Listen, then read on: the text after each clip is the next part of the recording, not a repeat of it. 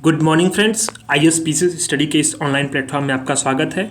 और हम लोग जो है घटना चक्र के हैंड रिटेन नोट्स के हिस्ट्री की जो सीरीज है एंशिएंट सिटी इसमें कवर कर रहे हैं। उसकी सीरीज में आज हम जो है बौद्ध धर्म पढ़ने वाले हैं। कल हमने जो है वैदिक काल पढ़ा था। और मैं आपको बता दूं, हमारा जो टेलीग्राम चैनल है स्टडी फॉर ISPCS, जिसका डिस्क्रिप्शन में लिंक हमने दिया हुआ है, वहाँ से आप इस PDF को प्राप्त कर सकते हैं। ये हैंड रिटेन नोट्स हैं, सारे जो एस्पेक्ट है, सारे क्वेश्चन से PYQ है, घटना चक्र के सबसे जो मोस्ट इंपॉर्टेंट है उसको हमने यहाँ पे कवर किया है। आपको फिर दोबारा घटना चक्र पढ़ने की जरूरत नहीं पड़ेगी, ना ही नोट्स बनाने की जरूरत पड़ेगी, अगर आपको इसने अच्छे से पढ़ लिया तो ठीक है। इसके साथ साथ हमने जो है यहाँ पर आपको मैपिंग भी उसमें कंपाइल कर दे रहे हैं, ताकि मैप के साथ साथ आप पढ़ते रहें, जो कि घटना चक्र में नहीं दिया हुआ है। तो नोट्स से आप पढ़िए, घटना चक्र के नोट्स और साथ साथ मैपिंग भी हम प्रोवाइड कर रहे हैं। तो एक पेज का जो नोट्स है, ये आपको लर्न करने में आसानी होगी और आपको सीखने में बड़ा आसानी, दोहराने में आसानी होगी। ठीक है, तो चलिए शुरू करते हैं। बौद्ध धर्म। बौद्ध धर्म के जो संस्थापक हैं वो गौतम बुद्ध हैं। और गौतम बुद्ध का जो जन्म है वो कपिलवस्तु में लुम्बिनी में हुआ था। 563 ईसा पूर्व उनका जन्म माना जाता है। उनके पिता जो थे वो सुदोधन थे, वो शाक्यगढ़ के प्रधान थे। और माता जो थी वो कोली वंश की माया देवी नाम था उनका, कोली वंश की कन्या थी। और उनके सब जानते हैं कि बौद्ध धर्म के जो संस्थापक है गौतम बुद्ध, उनके बचपन का नाम जो है सिद्धार्थ था। ठीक है, अब देखते हैं यहाँ पे जो महत्वपूर्ण पॉइंट कवर किए गए हैं। गृह त्याग। बौद्ध धर्म में जो गृह त्याग यानी गौतम बुद्ध के जो गृह त्याग है, उसकी जो प्रक्रिया है उसको क्या बोलते हैं? गृह त्याग को संज्ञा की जाती है महाभिनिष्क्रमण। महाभिनिष्क्रमण दी जाती है गृह त्याग को। ठीक है, प्रथम उपदेश गौतम बुद्ध ने कहाँ दिया था? ठीक है, इसको धर्मचक्र परिवर्तन बोलते हैं। ऋषिपत्नम में सारनाथ 5 ब्राह्मणों को उन्होंने दिया था। सर्वाधिक प्रचार कहाँ हुआ था? कौशल राज्य में हुआ था। ठीक है, कुशीनगर जो थी वो मल्ल गणराज्य की राजधानी थी, वहीं पर इन्होंने महापरिनिर्वाण को प्राप्ति यानी कि इनकी मृत्यु हुई। 4 आर्य सत्य क्या है? अष्टांगिक मार्ग। ठीक है, परंपरागत नियम में आस्था, ये बात बहुत ध्यान रखिएगा। परंपरागत नियम में आस्था, इसको बोलते हैं थेरावादी। नेतृत्व कौन किया था? महाकाचायन किया था। परिवर्तन के साथ नियम, ठीक है, इसको बोलते हैं, ये हुआ था महासंघी। इसका नेतृत्व कौन किया था? महाकश्यप किया था। ये बड़ा महत्वपूर्ण डिफरेंस है, ये पूछता है कई बार, UPPCS में तो कई बार पूछा हुआ है कि परंपरागत नियम में आस्था कौन रखता है? थेरावादी रखते हैं। इसका नेतृत्व कौन किया था? महाकाचायन किया था। परिवर्तन के साथ नियम महासंघिक, इसका नेतृत्व कौन किया था? महाकश्यप किया था। ठीक है, शून्यवाद माध्यमिक के परिवर्तन कौन है? नागार्जुन है। उनकी रचना क्या है? माध्यमकारिका। ठीक है, ये बहुत अच्छा क्वेश्चन है, ये बनेगा। ये रचना इनकी बहुत महत्वपूर्ण है। बौद्ध दर्शन ने क्षणिकवाद को स्वीकार किया है। ये स्टेटमेंट में पूछ देगा आपको, क्वेश्चन में कंफ्यूज कर देगा कि बौद्ध दर्शन में क्षणिकवाद को स्वीकार किया, या फिर उल्टा कर देगा कि जैन धर्म ने क्षणिकवाद को स्वीकार किया। आपको कंफ्यूज नहीं होना है, आपको सिर्फ बौद्ध दर्शन ही लगाना, क्योंकि बौद्ध दर्शन ने क्षणिकवाद को स्वीकार किया था। ठीक है, अच्छा, मैत्रेय को बौद्ध परंपरा में भावी बुद्ध कहा गया। मैत्रेय को, ठीक है, मैत्रेय को बौद्ध परंपरा में भावी बुद्ध कहा गया। ठीक, मैत्रेय को। बौद्ध ग्रंथों के आरंभिक ग्रंथों को त्रिपिटक कहा जाता था। उसकी भाषा पाली थी। ठीक है, उसमें विनय पिटक, सूत्र पिटक, अभिधम पिटक। विनय पिटक क्या है? संघ संबंधित नियम है। सूत्र पिटक क्या है? महात्मा बुद्ध के जो उपदेश है उसका संकलन है। ठीक है, और अभिधम पिटक क्या है? दार्शनिक सिद्धांत का वर्णन है। ठीक है, और सबसे सर्वप्रथम स्तूप जो है बौद्ध धर्म में बहुत महत्वपूर्ण रखता है। स्तूप, तो स्तूप का सबसे पहला वर्णन कहाँ आता है? वो ऋग्वेद में होता है। ठीक है, हमने आपको ऊपर बताया कि माता जो थी वो कोली वंश से थी।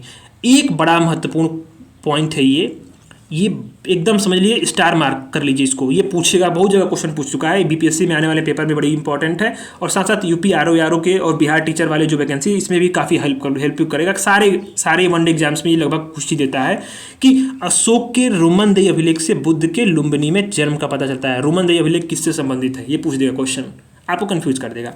ठीक है, बुद्ध द्वारा अंतिम व्यक्ति जिसको दिया गया दीक्षा कौन था? वो सुभद्र था। ठीक है, सुभद्र था जिसको बुद्ध द्वारा अपने अंतिम वर्षों में दीक्षा दी गई थी। ठीक है, अच्छा, आपको पता है कि बौद्ध धर्म में जो वर्षा ऋतु है उसका बड़ा महत्व होता था।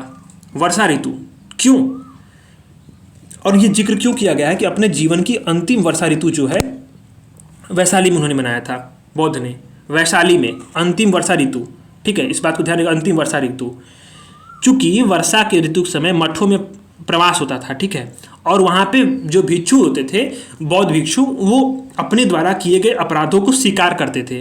तो इन्हीं जो स्वीकारोक्ति होती थी, उसी के अवसर को परवरण समारोह होता था। ये बड़ा महत्वपूर्ण है, परवरण समारोह। कभी पूछ सकता है कि प्रवरण समारोह जैन धर्म में होता था या प्रवरण समारोह बौद्ध धर्म में होता था।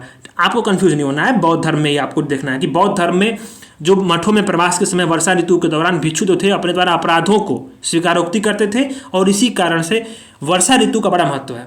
तो अपने जीवन की अंतिम वर्षा ऋतु जो थे महात्मा बुद्ध ने वैशाली में बिताया था। ठीक है, अलार कलाम जो थे वो बुद्ध के गुरु थे सांख्य दर्शन के।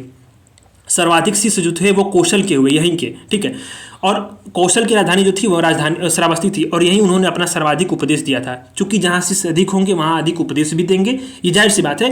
तो ये जो कौशल जो है उसकी राजधानी श्रावस्ती थी, ये आपका महाजनपद में था कौशल। ठीक है, उन्होंने अपना सर्वाधिक उपदेश दिया। अच्छा, कौशल जो महाजनपद है उसको अगर आप मैप में देखें, इसलिए हमने आपको मैप जो है कौशल, आप कौशल देख रहे होंगे ऊपर कौशल। ठीक है, तो इसीलिए हमने मैप को कंपाइल कर दिया यहाँ पे कौशल। ठीक, ये काशी है, ये वत्स है, ये चेती है, अवंती है, मक्ष है। ठीक है, सुरसेन है, मल्ल है, कुरु है, पंचाल है। ठीक है, ये पंचाल को आप देख रहे होंगे। ठीक, इसी तरह से सभी जो महाजनपद है उसको हमने यहाँ पे इस मैप में दिखाया हुआ है।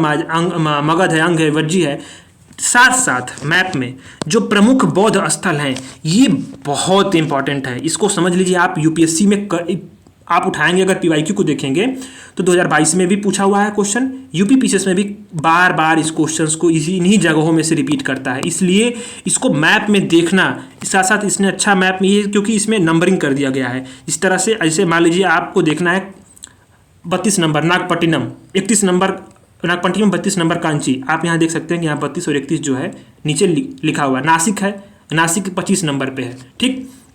ठीक इसी तरह से आप नासिक देख सकते हैं कि 25 नंबर कहाँ लिखा हुआ है आपसे नासिक। ठीक है, तो इन सारे जगहों को आप मैप में एक बार देख लेंगे। ठीक, और इस मैप में आपको एक सरप्राइज दे दूं कि एक चीज़ और भी है, ये Jhelum, Chenab, Ravi, Beas, Sutlej, Indus, UP PCS के पीवाईक्यूज़ को अगर आप पढ़े, यूपीएससी के जो पीवाईक्यूज़ को आप पढ़े होंगे तो यूपीएससी ने 2021 में एक बार ये क्वेश्चन पूछ दिया था कि इनके क्रम को बताइए, कौन किस क्रम में है सभी नदियों का।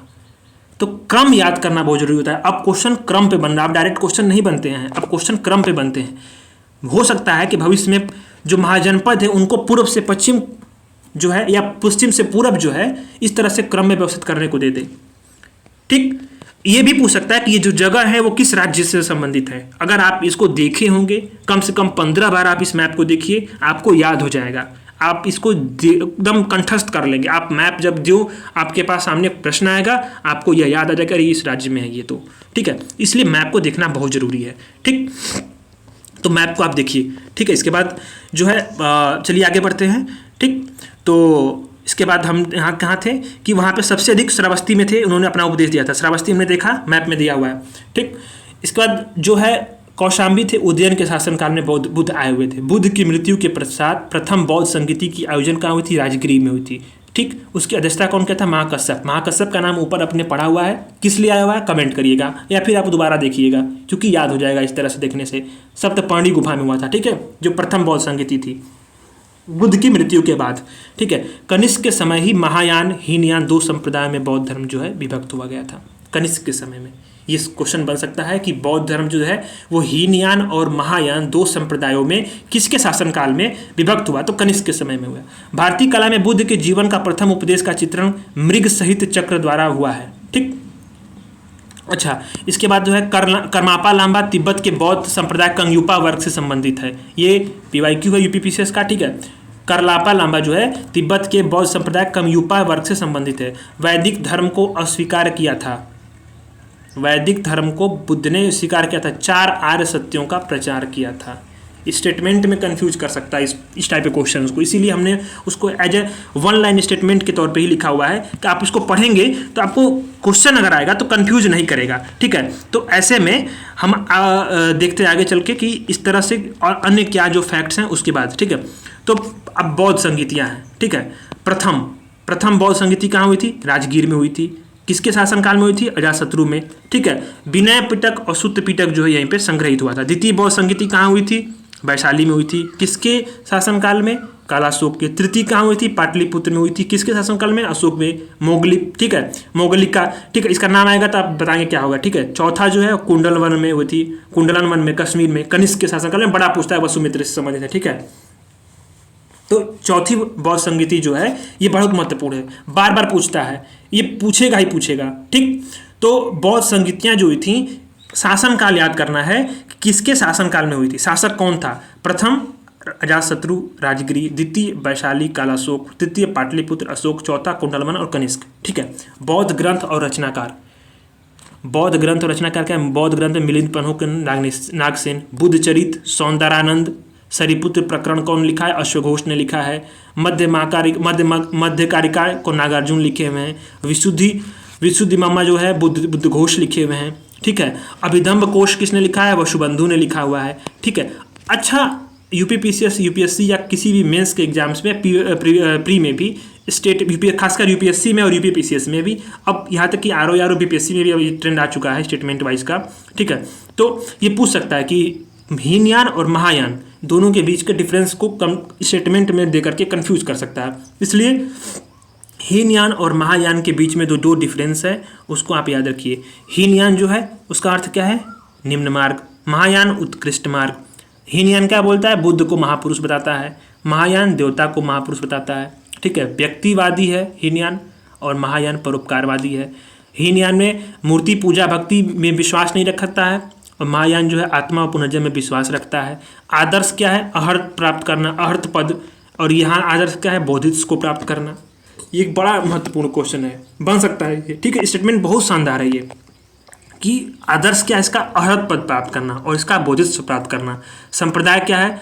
वैभाषिक और सैद्धांतिक, ठीक है। और इसका क्या? शून्यवाद, माध्यमिका और विज्ञानवाद योगाचार। ये पूछता है, ये पूछेगा यूपीएससी में, तो जाहिर सी बात है यूपीएससी के लिए बहुत महत्वपूर्ण है।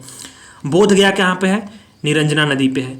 कौन बुद्ध के जीवन काल में ही संघ प्रमुख होना चाहता था? देवदत्त, ठीक है। बुद्ध ने अपने मृत्यु के पश्चात किसी को भी संघ के नेतृत्व के लिए नामित नहीं किया था, बल्कि धर्म और विनय को ही मार्गदर्शक बताया था। किसी को भी नेतृत्व के लिए आमंत्रित नहीं किया था। ये बहुत महत्वपूर्ण क्वेश्चन बन सकता है स्टेटमेंट में। स्टेटमेंट वाइज क्वेश्चन बनेंगे और पूछ देगा कौन केवल एक, केवल दो, केवल तीन। तो इस बार जो यूपीएससी 2023 में पूछा हुआ है, बहुत लोगों का कंफ्यूज बेड़ा गर्क किया हुआ इस तरह का स्टेटमेंट, ठीक है। इसलिए अब जो पढ़ना है उसको आपको याद होना ही चाहिए। आप एलिमिनेशन टेक्निक यूज करके आप सवाल को नहीं लगा सकते हैं, ठीक है। अष्टांग मार्ग की संकल्पना क्या होगी? धर्मचक्र परिवर्तन की, ठीक है, जो सूत्र की विषय बस्तु का अंग है। बौद्ध धर्म में बौद्ध संघ में विछुड़े के रूप में स्त्रियों की अनुमति किसके समय कहाँ दी गई थी? वैशाली में दी गई थी। अच्छा, अभी हमने आपको परवरण समारोह ऊपर बताया। परवरण समारोह क्या था? वर्षा ऋतु में मठों में प्रवास के समय भिक्षुओं द्वारा किए गए अपराधों को स्वीकारोक्ति का अवसर होता था, ठीक है। अशोक ने पाटलिपुत्र में अशोकाराम विहार को बनवाया था। ये बिहार बीपीएससी और बिहार टीचर के लिए बड़ा महत्वपूर्ण है, क्वेश्चन पूछ सकता है। पाटलिपुत्र में अशोकाराम विहार को बनवाया था। विश्व का सबसे ऊंचा विश्व शांति स्तूप बिहार राजगीर, ठीक है, विश्व का सबसे ऊंचा। अच्छा, इसके बाद अब लास्ट जो पेज है इसका, भरहुत सांची स्तूप किसने बनवाया था? अशोक। अमरावती स्तूप सातवाहन, ये बड़ा अच्छा चीज़ है, इस अमरावती को ध्यान दीजिएगा। ये क्वेश्चन एक बार कंफ्यूज किया हुआ था अशोक दे करके, बहुत लोगों ने गलती किया हुआ था। ये PYQ है। बौद्ध दर्शन में अनात्मवाद का सिद्धांत गौतम बुद्ध के प्रति समुत्पाद सिद्धांत से ही सिद्ध होता है। क्षणिकवाद को स्वीकार किया है बुद्ध ने।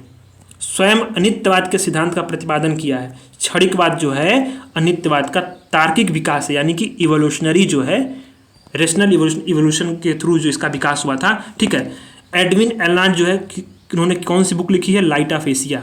लाइट ऑफ एशिया किस पे संबंधित है? महात्मा बुद्ध पे संबंधित है।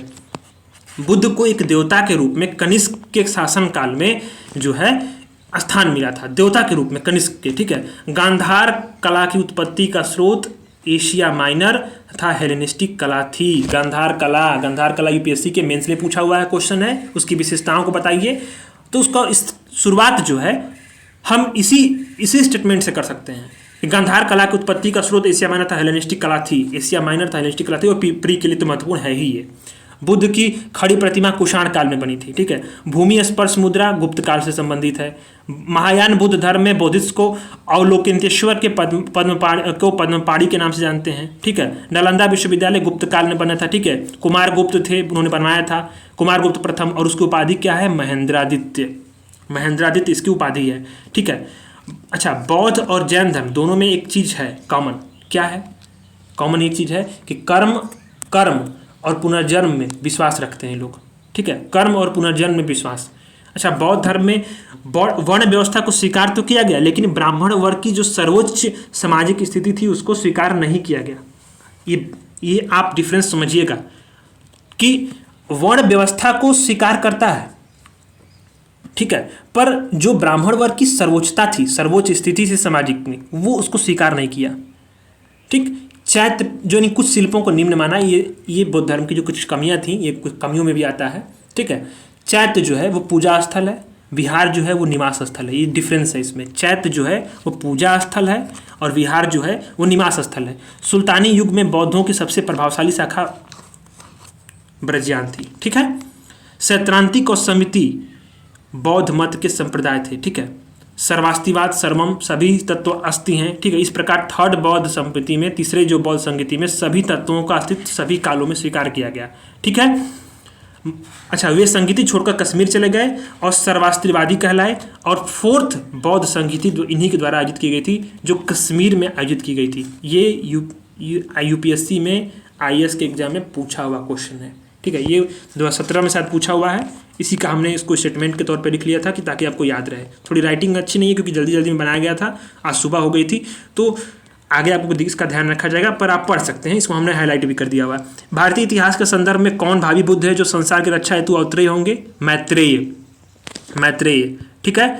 इसके बाद बौद्धिस्ट पद्मपाणि का चित्र सर्वाधिक प्रसिद्ध और प्रायः चित्रित चित्रकारी है जो अजंता में है, ठीक है। हीनयान अवस्था का विशालतम एवं सर्वाधिक विकसित शैलीकृत जो चैत्यगृह काल में स्थित है, यह पुणे के मालवा तालुका में स्थित है। सतशैली द्वीप में कन्हेरी की गुफाएं हैं महाराष्ट्र में, जिसमें 11 सिरों वाले बोधिसत्व का अंकन, 11 सिरों वाले बोधिसत्व का अंकन मिलता है। कहाँ पे? सलसेती द्वीप में स्थित कन्हेरी की गुफाओं में, ठीक है। नागार्जुन कनिष्क के दरबार में था जिसे चीन भेजा गया था, ठीक है। और नागार्जुन जो हैं माध्यमिक बौद्ध संप्रदाय के थे, माध्यमिक बौद्ध संप्रदाय के थे नागार्जुन, ठीक है। तो ऐसे में जो बौद्ध धर्म का जो था सबसे अधिक जो कंपाइलेशन था, ठीक, इनको हमने जो है कवर कर लिया है, ठीक है। अच्छा, अब हम ये देखते हैं कि एक क्वेश्चन है, सुल्तानी युग में, ठीक, बौद्धों की सबसे प्रभावशाली शाखा कौन थी? तो तंत्रयान थी, ठीक है, तंत्रयान, इसको थोड़ा सा याद रखिएगा, ठीक। चलिए एक क्वेश्चन पूछते हैं कि बौद्ध धर्म में कौन सा कथन सही नहीं है? उन्होंने वर्ण और जाति को अस्वीकार नहीं किया, उन्होंने ब्राह्मण वर्ग की सर्वोच्च सामाजिक कोटि को चुनौती दी, उन्होंने कुछ एक शिल्पों को निम्न माना। इसमें से कौन सा स्टेटमेंट सही है, कौन सा गलत है, आप इसको देखिएगा, ठीक है। और चलिए इसको हमने कवर कर लिया है, और इसके बाद इसका पीडीएफ आप प्राप्त कर सकते हैं हमारे टेलीग्राम चैनल से। और हाँ, मैप जरूर देखिएगा, मैप आपको समझ लीजिए बेड़ा पार लगा देगा। और एक मैप नीचे हमने दिखाया हुआ कि बौद्ध धर्म का विस्तार कहाँ से कहाँ तक है। आप जहाँ देख रहे होंगे ये कलर, ठीक है, ऑरेंज कलर जहाँ देख रहे होंगे वहाँ तक जो है बौद्ध धर्म का विस्तार है। आप ये देखेंगे कि सिल्क रोड है, यानी कि जहाँ जहाँ सिल्क रोड है जिस तरह से गया वहाँ वहाँ बौद्ध धर्म का विस्तार है। और ये अफगानिस्तान प्रांत से इधर से लेकर श्रीलंका होते हुए, ठीक, पूर्वी उत्तर भारत उसमें जो था म्यांमार और तिब्बत होते हुए फिर इसी तरह से इधर आता है, ठीक है। तो ऐसे में आप मैप को देखिए, अच्छे से समझिएगा, इससे आपका कॉन्सेप्ट जो है बौद्ध धर्म के प्रति क्लियर होगा। और इतना अगर आप पढ़ लेते हैं तो इसमें UP PCS, UPSC, Bihar PCS, Bihar teacher और अन्य कोई भी वैकेंसी आरओ के लिए हो, स्पेशली आरओ की वैकेंसी आने वाली है, तो आरओ की वैकेंसी के लिए ये बहुत महत्वपूर्ण है। इससे बाहर क्वेश्चन एक भी नहीं आने वाला। धन्यवाद।